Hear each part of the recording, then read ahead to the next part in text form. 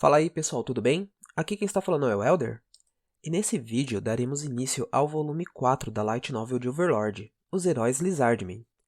Mas antes dessa história, existe o especial A Árvore Selada, que vocês também podem encontrar em nosso canal. Eu espero que todos vocês gostem desse vídeo e não se esqueçam de se inscrever no nosso canal, ativar o sininho de notificação e dar aquele super like para ajudar a fortalecer o canal. E vamos para o vídeo.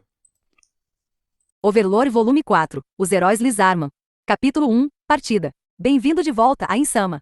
Fazia 2 semanas desde a última vez que ele retornará ao seu escritório, mas as palavras que se seguiram enviaram um arrepio em seus ossos. O senhor gostaria de jantar? Um banho? Ou prefere a mim? Por um momento, Ainz imaginou ter visto vários corações cor-de-rosa saindo de trás de Albedo. Qual é o significado disto? Estou brincando de recém-casados, a Insama.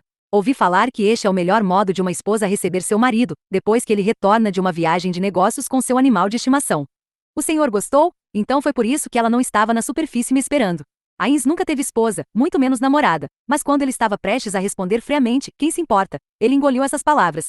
Ele tinha seu orgulho como homem a considerar e queria proteger sua imagem. Além disso, que tipo de resposta ela esperava quando perguntou? O senhor gostou? Apesar de sua falta de confiança, ele colocou uma atitude que parecia dizer, está tudo sob controle, e respondeu de uma forma que provavelmente não deveria causar muitos problemas. Foi uma recepção encantadora, Albedo. Albedo sorriu e respondeu, que bom ouvir isso, cufufufu. Quando Ainz a viu sorrir sedutoramente, ele abaixou sua postura como se preparando para uma batalha. Ele sentiu algo como uma cobra venenosa deslizando pela sua espinha. Havia uma luxúria bestial escondida nos olhos de Albedo, provavelmente a fonte daquela sensação sorrateira. Aqueles olhos estavam mortalmente sérios. Se ele tivesse respondido, eu quero você, é claro, mesmo em tom de brincadeira, não havia dúvida de que a superpredadora diante dele se apegaria a isso e o atacaria com selvageria. As palavras, estupro reverso, flutuaram brevemente em sua mente. Embora ele tivesse poucos vestígios de desejo sexual, os remanescentes de sua personalidade humana pareciam estar reagindo às intenções de Albedo, que diziam a ele que não faria mal algum experimentar. Sua curiosidade ainda não diminuíra, e isso só aumentou esse sentimento.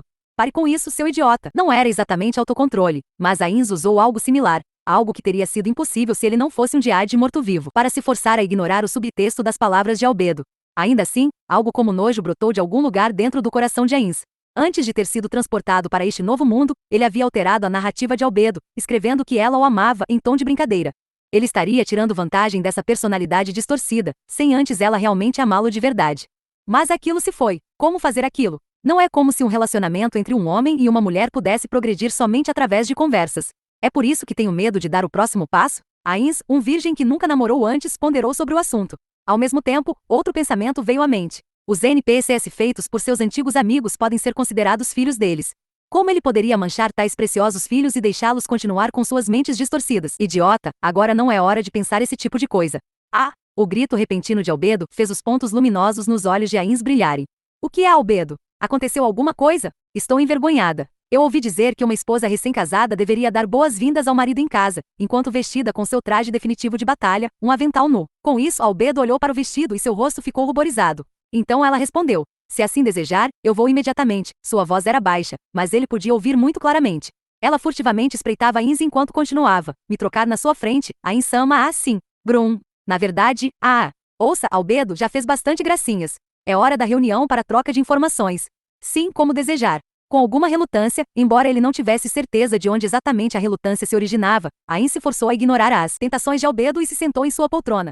Então ele jogou 3 algibeiras sobre a mesa. A seguir, ditou instruções para Albedo, que havia mudado de personalidade de uma recém-casada ansiosa para uma secretária eficiente. Este é o dinheiro que ganhei em Arrantel. Use-o nos experimentos. As 3 algibeiras pareciam diferentes uma da outra. A maior delas parecia estar prestes a estourar, e estava cheia de peças de prata e cobre que Ainz ganhará durante seu tempo como aventureiro.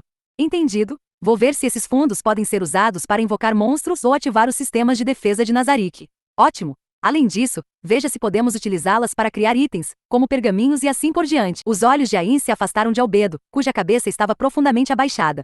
Então ele olhou de volta para as algibeiras com uma expressão devota em seus olhos. As peças de ouro obtidas em Yggdrasil poderiam ser usadas para comprar itens mágicos, mas também poderiam ser usadas para taxas de manutenção da base de guilda. Por exemplo, elas poderiam ser usadas para invocar monstros acima do nível 30, que não reaparecem naturalmente, ou pop, como catalisadoras para o uso de certas magias, criação de itens mágicos, ressuscitar NPCs mortos e assim por diante. Ele já havia verificado que as moedas de Yggdrasil poderiam ser usadas neste mundo. No entanto, ele não se certificou de que a moeda deste mundo também pudesse ser usada dentro de Nazarick. Ele estava particularmente curioso se as moedas de prata e cobre poderiam ser utilizadas, já que em Yggdrasil só havia moedas de ouro. Não seria exagero dizer que os resultados dessa experiência podem determinar o futuro de Nazarick. Se o dinheiro desse mundo pudesse ser usado da mesma maneira que as moedas de ouro de Yggdrasil, isso poderia afetar muito seus planos futuros. Afinal, isso mudaria dramaticamente a importância de ganhar dinheiro.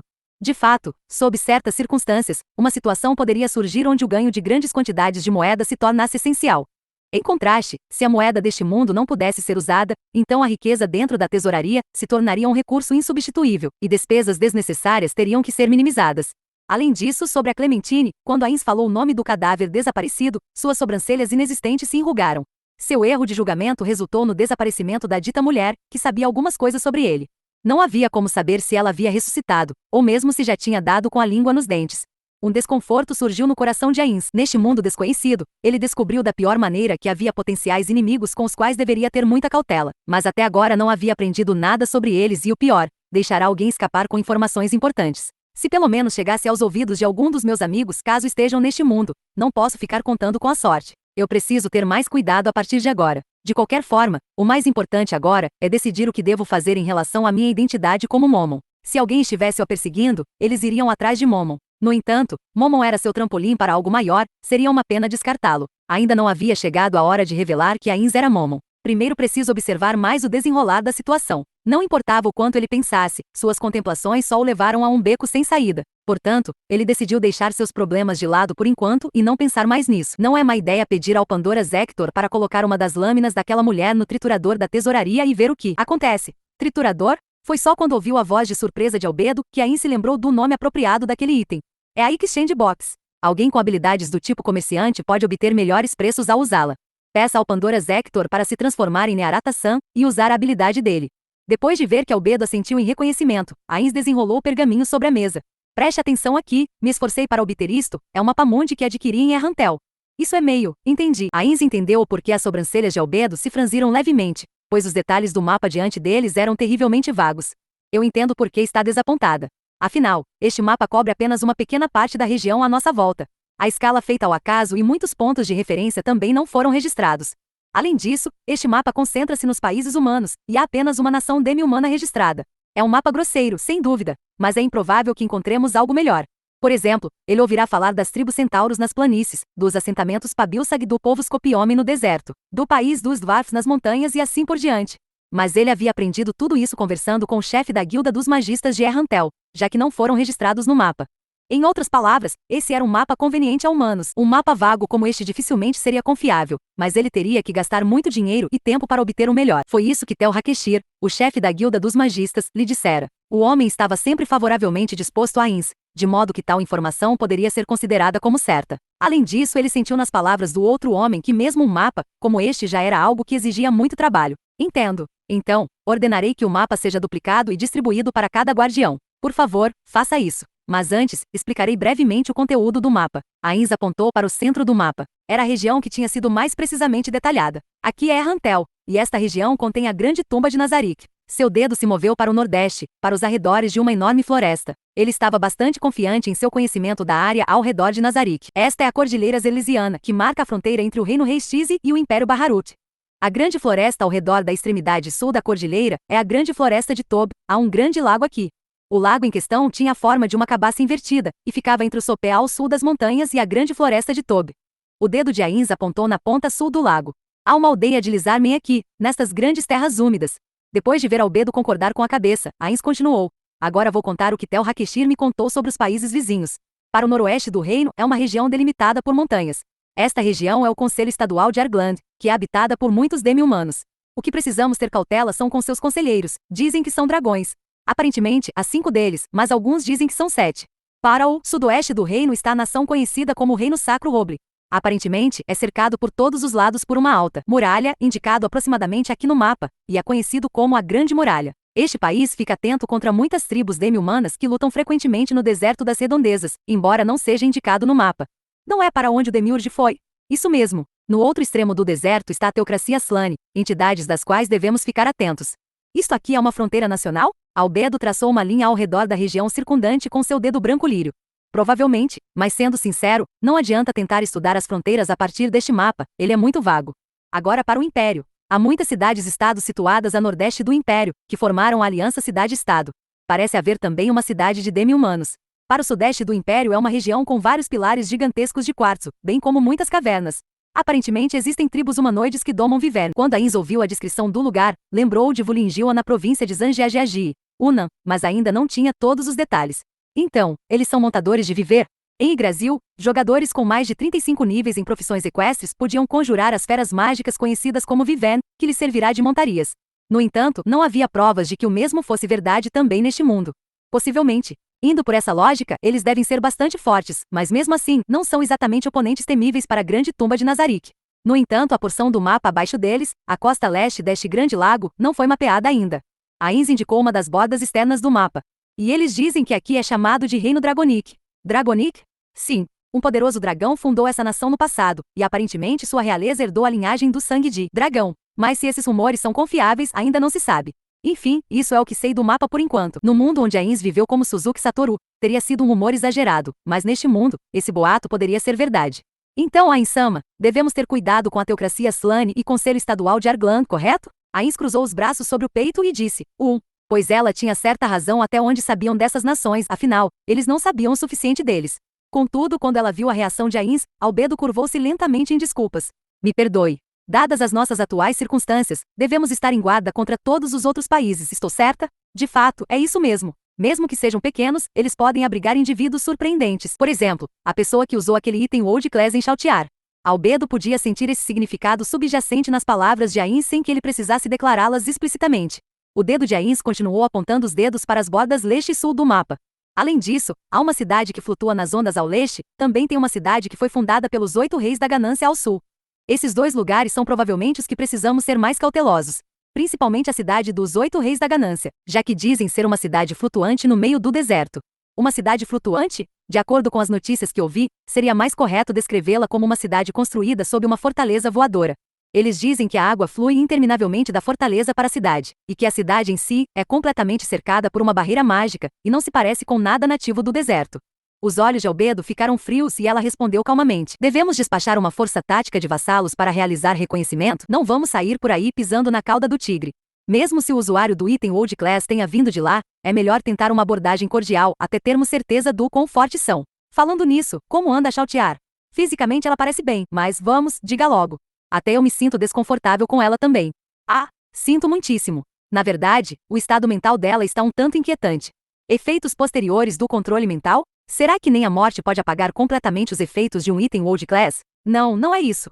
É mais como se ela ainda sentisse muita culpa por levantar a mão contra o Supremo. Ela não consegue perdoar a si mesma por ter feito isso, Ainz-sama. Por um momento, Ainz não entendeu muito bem, mas então, tudo ficou claro quase que instantaneamente. Tinha sido culpa de Ainz, não de Chautiar. Ele tinha dito a ela muitas vezes, perdoe a minha insolência de se opor a seus dizeres. Mas se me permite, Ainz-sama. Ainz acenou para Albedo, que tinha uma expressão séria no rosto. Eu sinto que seria melhor se ela fosse punida. O brilho vermelho nas órbitas de Ainz diminuiu ligeiramente. Ele queria falar, mas fechou a boca sem emitir nenhum som. Isso porque a mulher à sua frente parecia ter algo mais a dizer. Recompensas e punições são lados da mesma moeda. Se o Senhor atribuir uma punição a Chautiar, isso eliminará a culpa em seu coração. Já que, em contraste, ela está atualmente se sentindo culpada, pois não foi punida por suas ações. Ainz sentiu que isso fazia muito sentido. De fato, era por causa das punições que as recompensas poderiam existir. Porém, definir até onde deveria punir e o quanto deveria perdoar era algo que estava bem além de um mero assalariado como Ainz. Em circunstâncias normais, ele deixaria o assunto de lado e simplesmente perdoaria Chautiar. Por outro lado, embora se sentisse mal só de pensar em punir Chautiar, às vezes era um mal necessário. Compreendo. Então eu vou pensar em como puni-la. Eu sinto que será melhor assim. Por favor, perdoe qualquer ofensa que eu tenha feito. Não entendi, como assim? Eu sempre aprecio tais sugestões. Eu sempre esperei que alguém fosse capaz de entregar uma opinião quando eu estiver em dúvidas. Albedo, o que você fez é muito apropriado para sua posição como a supervisora guardiã da grande tumba de Nazarick. Muito obrigada. A beleza estonteante se curvou diante dele, suas bochechas estavam coradas e seus olhos úmidos. Sentindo-se um pouco desconfortável com a reação exagerada de Albedo, Ainz acenou calmamente e respondeu. Há algumas coisas que preciso lidar no momento. Cuide bem de Nazarick. Será um prazer. Por favor, deixe comigo. Eu cuidarei dos assuntos enquanto o senhor não estiver por perto, Ainz-sama. Ele pensou ter ouvido algo como dentro das minhas capacidades de sua esposa, em algum lugar em meio de suas palavras, mas decidiu fingir que não tinha ouvido nada, porque ela ainda tinha mais a dizer. Tenha muito cuidado, Ainz-sama. Quem controlou a Chautiar ainda pode estar nos vigiando. Essa foi a primeira vez que Ainz bufou em desgosto desde que entrou na sala. Talvez quem nos atacar seja bem durão. Mas relaxe, Albedo. Como não tenho ideia do tipo de inimigo que estamos enfrentando, pretendo priorizar a retirada quando o encontrarmos, e também tenho vários escudos de carne preparados para tal circunstância. Ainz lentamente levantou a cabeça para olhar para o teto, e começou a visualizar os inimigos contra os quais ele precisaria se preparar. Havia um misterioso detentor daquele item World Class que provavelmente era seu inimigo e outros jogadores, cuja existência ainda não estava clara.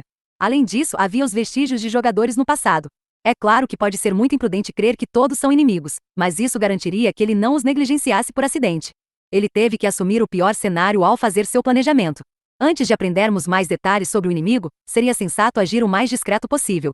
Só que talvez precisemos espalhar uma isca para atiçar o inimigo. Como está o progresso daquele plano no front? Albedo abaixou os olhos e só por essa reação Ainz pôde adivinhar quais eram os resultados. Cocitus ainda não fez nenhum relatório, mas a Intoma indica que o plano ainda não excedeu nosso escopo de previsões. Eles já devem ter montado acampamento perto do objetivo, e estão se preparando para fazer contato. Entendo. Bem, não foi o que eu esperava, mas o importante é o que podemos ganhar com isso. Seus dizeres me enchem de alívio. Tudo bem. Eu tinha planejado observar como se sairiam daqui, mas infelizmente, surgiram várias tarefas para o Momon completar. É algo que preciso ir pessoalmente. Mas eu gostaria de ver como foi a batalha. Faça-me o favor de gravar a batalha entre os Lizarmen e as forças da Grande Tumba de Nazarick. A Cordilheira Zerlisiana situa-se entre o Império Baharut e o Reino Reistize. Seus sopés ao sul são cercados por uma extensa floresta, a Grande Floresta de Tobi, onde estende-se um enorme lago em sua extremidade norte. Este lago tinha mais de 20 quilômetros quadrados e lembrava uma cabaça invertida. Estava dividido em Lago Superior e Lago Inferior. O Lago Superior era muito profundo e abrigava criaturas maiores, enquanto o Lago Inferior era moradia para as criaturas menores. O extremo sul do Lago Inferior era cercado por zonas úmidas e inúmeras estruturas haviam sido erguidas nessa região grande e pantanosa. Eram casas, cada uma foi construída no pântano e sustentada por cerca de 10 palafitas cada. Entre as muitas palafitas, uma delas tinha suas portas abertas, seu proprietário deu as caras sob os raios dourados do sol. Ele era um membro da raça demi-humana conhecida como Lizarman, homem-lagarto. Um Lizarman se assemelhava a um cruzamento entre humanos e répteis.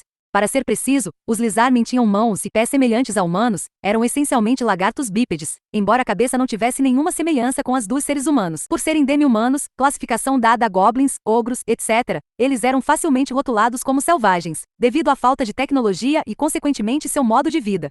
Contudo, eles tinham uma civilização própria, embora não fosse muito avançada. Um Lizarman macho adulto tinha em média 193 centímetros e pesava mais de 100 quilogramas.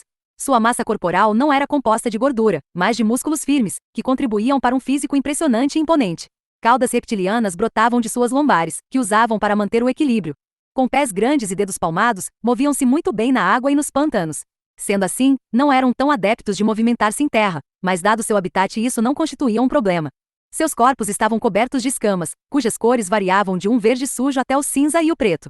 Em vez da pele, semelhante a lagartos, eles tinham peles duras que se assemelhavam às dos crocodilos. Seus tórax e pescoços estavam encobertos por pele de a cor geralmente branca perolada. Essa pele era capaz de protegê-los melhor que uma armadura humana de baixa qualidade. Suas mãos tinham 5 dedos, como as dos humanos, e cada dedo era curvado com uma garra curta. As armas que usavam eram bastante primitivas, porque nunca tiveram a chance de minerar e refinar minérios para armamentos. Assim, suas armas mais comumente usadas eram lanças feitas com presas e garras de monstros, bem como clavas com pontas de pedra. O sol ofuscante estava a pico no céu azul, com apenas algumas nuvens efêmeras tingindo a infinita extensão azul. O tempo estava muito bom, e podia-se ver claramente os cumes montanhosos ao longe. Este Lizarman tinha um amplo campo de visão, e ele podia ver o sol escaldante acima de si mesmo sem mover a cabeça. Ele, Zariuzu Chacha, olhou brevemente para baixo, e depois desceu as escadas a um ritmo constante. Zariuzu agarrou a marca em meio ao seu tórax branco escamoso. Essa marca representava sua posição na tribo. Tribos dos Lizarmen era uma sociedade surpreendentemente sistemática, e a autoridade máxima entre eles era o chefe da tribo. A posição não era hereditária, era concedida à pessoa mais forte da tribo. Todos os anos, eles realizam uma cerimônia para selecionar um novo chefe tribal. Além disso, havia um conselho de anciãos que aconselharia o chefe, composto pelos membros mais velhos da comunidade. Abaixo deles estavam os guerreiros Lizarmen, os Lizarmen comuns, as Lizarmen fêmeas e os Lizarmen juvenis. Juntos eles compunham a sociedade Lizarman. Claro, havia alguns Lizarmen que estavam fora dessa hierarquia. Primeiro, havia os sacerdotes, mais para druidas na verdade, que anteviam perigo iminente prevendo o tempo ou ajudando a tribo com magias curativas. Então, havia os rangers que formavam grupos de caça. Sua tarefa principal era pegar peixes, mas os Lizarmen comuns também ajudariam nessa tarefa. Assim, seu trabalho mais importante era suas atividades florestais. Os lizarmen eram onívoros, mas sua dieta principal era uma espécie de peixe com cerca de 80 centímetros de comprimento, portanto não apreciavam verduras e frutas. Mesmo assim, os caçadores ainda tinham que entrar na floresta para fins de registrar os arredores. A terra não era segura para os lizarmen, assim, especialistas eram necessários quando precisavam derrubar árvores. Embora pudessem se mover como bem entendessem e tomar suas próprias decisões, eles estavam sujeitos à autoridade do chefe tribal. A sociedade lizarman era patrilinear, com regras e responsabilidades claramente definidas para cada grupo. Mas, no entanto, havia alguns que estavam fora da autoridade do chefe tribal. Estes seriam os viajantes. Pode-se pensar em estrangeiros quando a palavra viajante é ouvida ou lida. No entanto, seria impreciso. A sociedade lizarman era fundamentalmente fechada, e não admitia ninguém de fora da tribo. Sendo esse o caso, o que eram esses viajantes? Eram lizarmen que queriam explorar o mundo. Basicamente, lizarmen não deixariam seus locais de nascimento a menos que fosse uma questão de vida ou morte, por exemplo, quando o alimento tivesse acabado, ou uma emergência igualmente grave. Ainda assim, havia alguns poucos lizarmen que ansiavam pela chance de ver o mundo lá fora. Quando um viajante decidisse deixar sua tribo, ele receberia uma marca especial em seu peito, representando sua partida da tribo e sua autoridade. Muitas vezes, aqueles que saíam para viajar pelo mundo exterior não retornavam.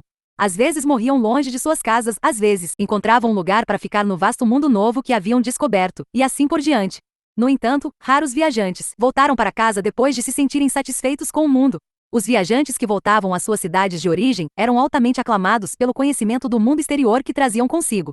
Antes poderiam ser chamados de rebeldes que haviam evitado a autoridade do chefe, mas ao retornarem, poderiam se tornar celebridades locais. Na verdade, havia alguns aldeões que mantinham uma distância respeitosa de Zariuzu, mas na maioria dos casos os outros o viam com os olhos atonitos.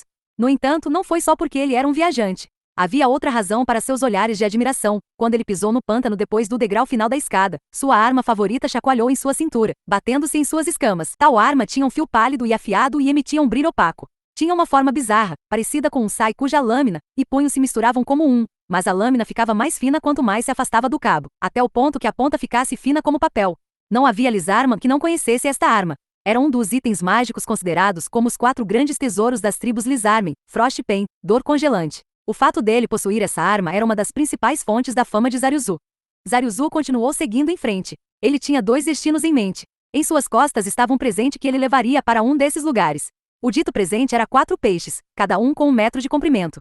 Ele os carregou nas costas enquanto avançava, e o odor deles não causava repulsa, mas sim tormento. Mas que vontade de comer esses peixes! Zariuzu teve que deixar esse desejo de lado enquanto suspirava várias vezes, as gotículas de água espalhavam em seus pés, devidos às pegadas na lâmina rasa de água em direção à aldeia Green Claw. As crianças, cujas escamas verdes ainda eram luminosas e brilhantes, riram e gargalhavam enquanto corriam ao redor de Zariuzu, mas pararam quando viram o peixe grande em suas costas. Através das fendas entre as casas, ele pôde ver crianças com apetites vorazes e olhos focados em si, ou melhor, focados no peixe que carregava. Quase todos tinham suas bocas levemente abertas, provavelmente salivando só de pensar. Mesmo quando se afastou deles, seus olhos ainda estavam fixos a ele. Aqueles eram olhos de crianças implorando por uma mordidinha. Zariuzu sorriu sem graça e fingiu não ter notado. Em vez disso, continuou. Ele já havia decidido quem receberia este presente, e infelizmente não seriam essas crianças. O fato de que o brilho nos olhos das crianças não era inteiramente devido à fome agradou Zariuzu, porque era uma visão que seria inimaginável anos atrás. Depois de deixar os olhares para trás, Zariuzu passou por várias casas ao longo do caminho, antes de encontrar a residência que era seu destino.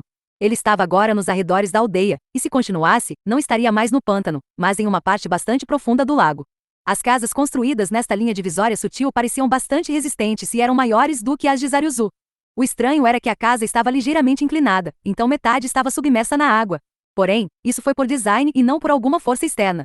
Zariuzu se aproximou da casa, seus passos eram mais profundos agora. Enquanto se aproximava, gotículas ainda maiores de água banhavam seus pés a cada passo dado. Quando ele chegou perto, um grasno brincalhão veio de dentro. Talvez o seu ocupante tivesse sentido o cheiro de alguma coisa. Uma cabeça de serpente surgiu do que era equivalente a uma janela. Era uma cobra com escamas marrons e olhos cor de âmbar. Quando avistou Zariuzu, esticou o pescoço para fora e se enrolou em um tom de brincadeira ao redor dele. Bom garoto. Zariuzu acariciou o corpo da cobra de maneira amigável. A cobra pareceu achar muito confortável, e fechou os olhos, tanto as pálpebras quanto as membranas nictitantes. Zariuzu também gostava da sensação das escamas sob os dedos. Esta criatura era Rororo, o animal de estimação de Zariuzu. Ele criara Rororo desde muito jovem, então parecia que realmente estavam conversando. Rororo, eu trouxe sua comida. Coma devagar e nada briga, hein? Zariuzu jogou o peixe para dentro da casa através da janela, e batidas suaves vieram de dentro. Eu queria brincar, mas eu tenho que verificar o criatório de peixes agora, então talvez mais tarde.